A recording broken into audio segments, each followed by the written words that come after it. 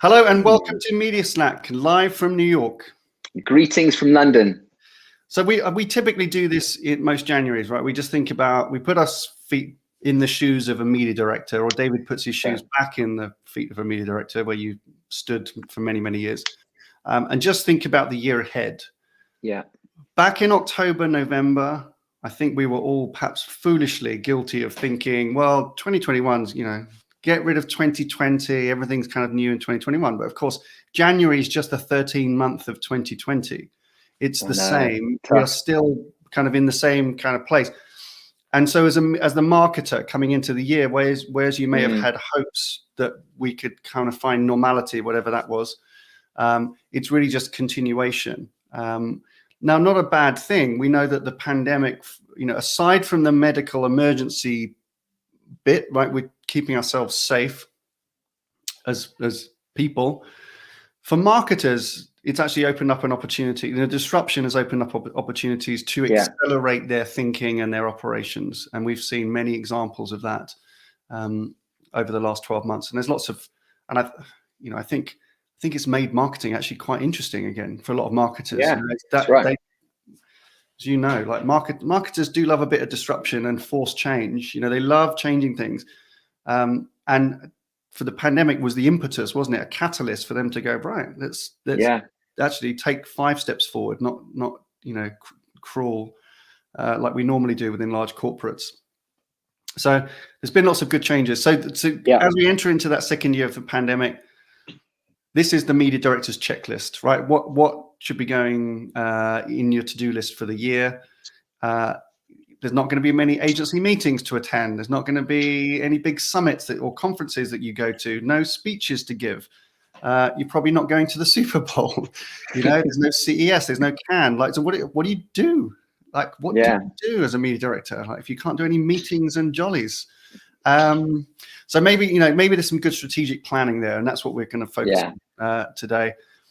And the great trigger for that is the underlying this as the media director is that consumer behavior, in broad sense, like what people are doing, how they're buying things, how they consume media, all those things which as a media director are really important to you, those things are changing, or they have changed quite radically in some cases. So you've got to have a view as the media director. Now, the market last year actually turns out really only down single digits in terms of total media spend. Could have been a lot more dramatic than that. This year should bounce back. We're anticipating. So let's look at that. Let's go through the media director's checklist. So let's start. So what's kind of going on if you're a media director? What are you thinking about? Well, I mean, the first thing you're thinking about is kind of what happened last year. And if we begin to reflect on how kind of marketeers and brand leaders and media leaders responded to the pandemic, I mean, in many cases, they were incredibly quick to react. I mean, they had to react to an incredibly fast changing consumer behavior marketplace. Consumers were just shopping and consuming media in completely different ways. But they were also having to respond to an unprecedented kind of media marketplace, right? And as you kind of mentioned in your introduction, one of the consequences of that, I feel, is that marketeers began to get more interested in media. It became more dynamic. It became more interesting. Yeah. They lent into the opportunities of media, perhaps more so than kind of leaning back and being intimidated by the complexities of it.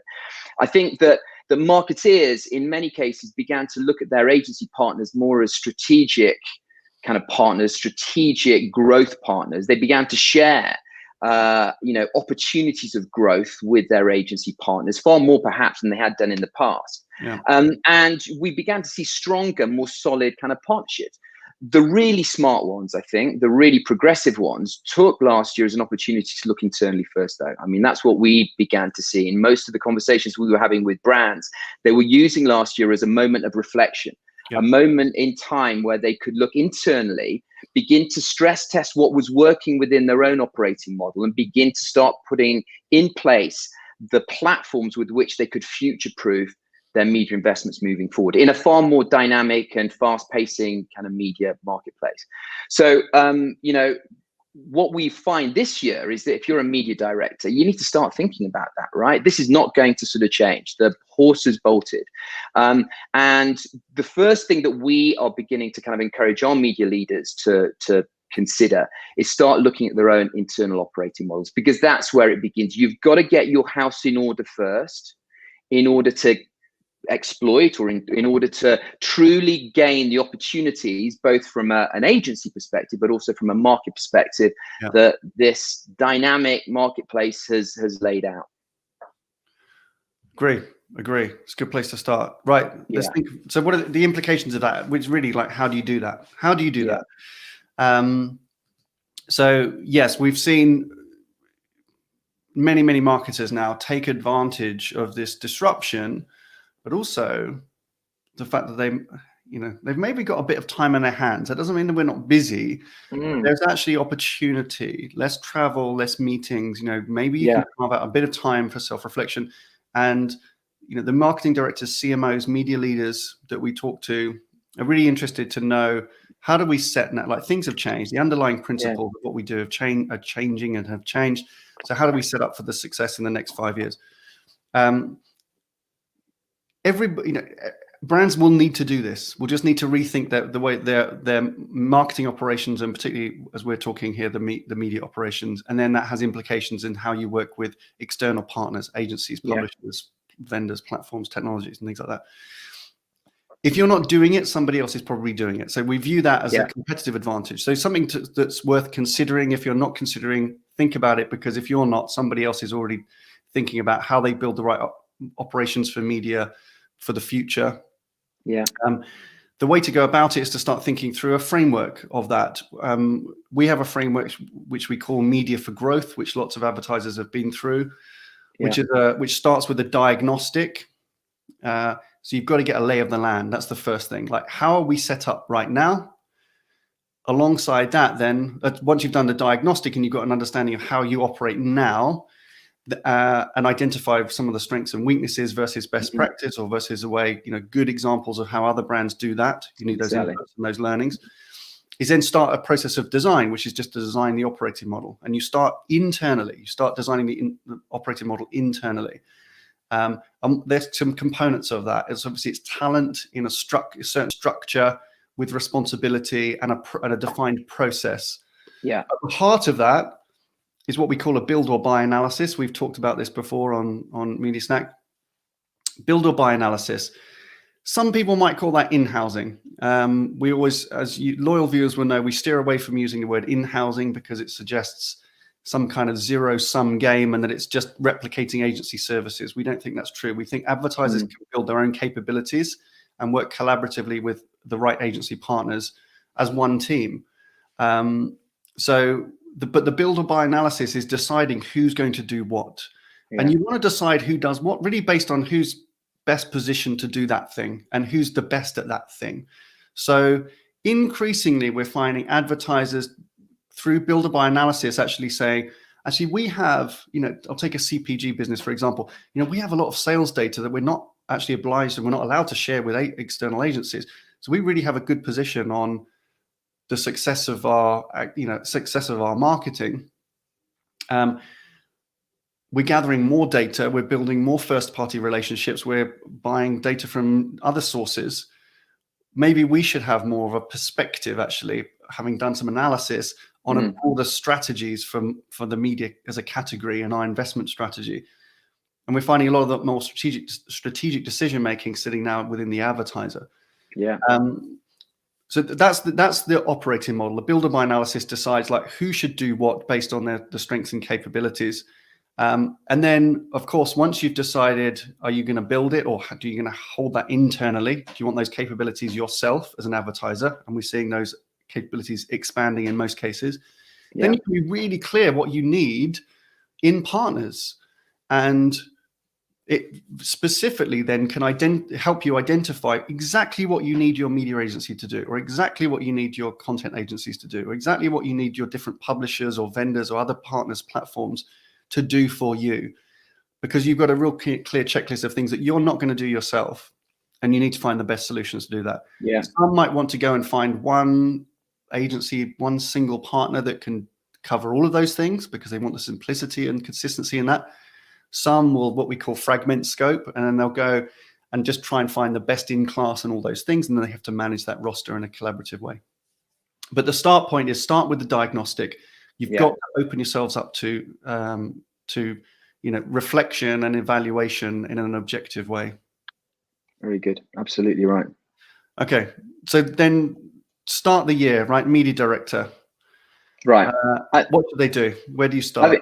I think there are 5 things that I would do. The first thing is I would look for some kind of stimulus. I mean, we've got a playbook on our website that will help provoke and provide some kind of direction. So start from somewhere rather than a blank sheet of paper. The second thing that I would do, and we're big, passionate believers in defining an ambition for media, right? Having some North Star, some defining statement that helps kind of galvanize not only the team internally and the marketing and broader group internally, but also your kind of agency. So if you haven't defined an ambition for media, do it in this environment. And if you have done it in the past, then relook at it and redefine it based on the marketplace at the moment. That's the second thing that I would do. The third thing I would do is I would obsess about linking my media KPIs to some form of corporate growth priorities. Make sure that you are linking kind of media productivity and delivery to some form of business outcome, that your corporate agenda is being set behind. I mean, that's the only way you're really going to get invested within the organization. So link that as closely as you can.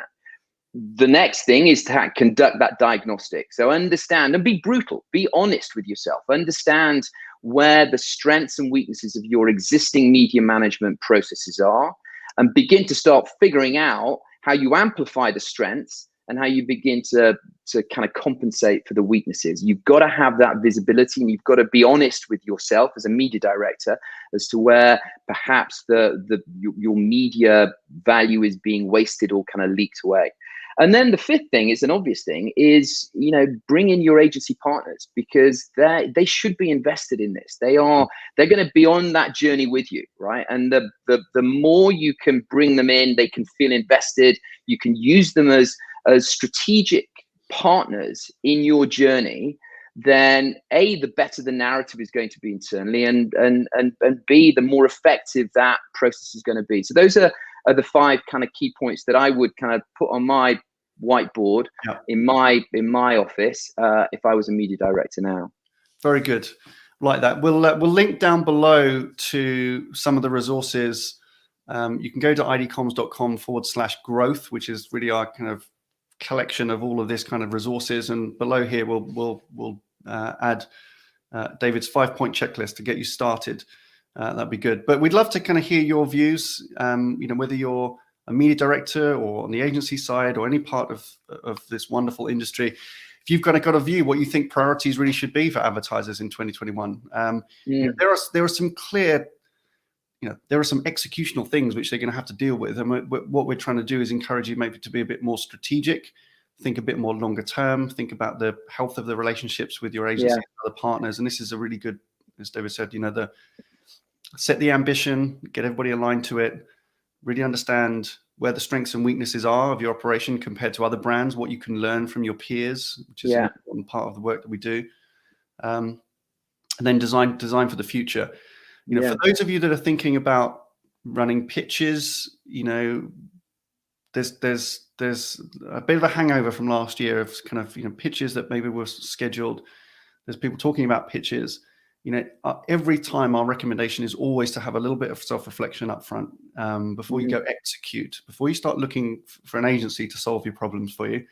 Be a little bit aware of some of the shortcomings, but also know that you know your strengths, know where you're really good. And it really helps you just figure out when you're looking for the right partners, right? What you need. What is in Yeah. the brief? Exactly what is the scope of these partners? Like, where are your weaknesses that need plugging? Where are the gaps that an agency can help you succeed? Yeah.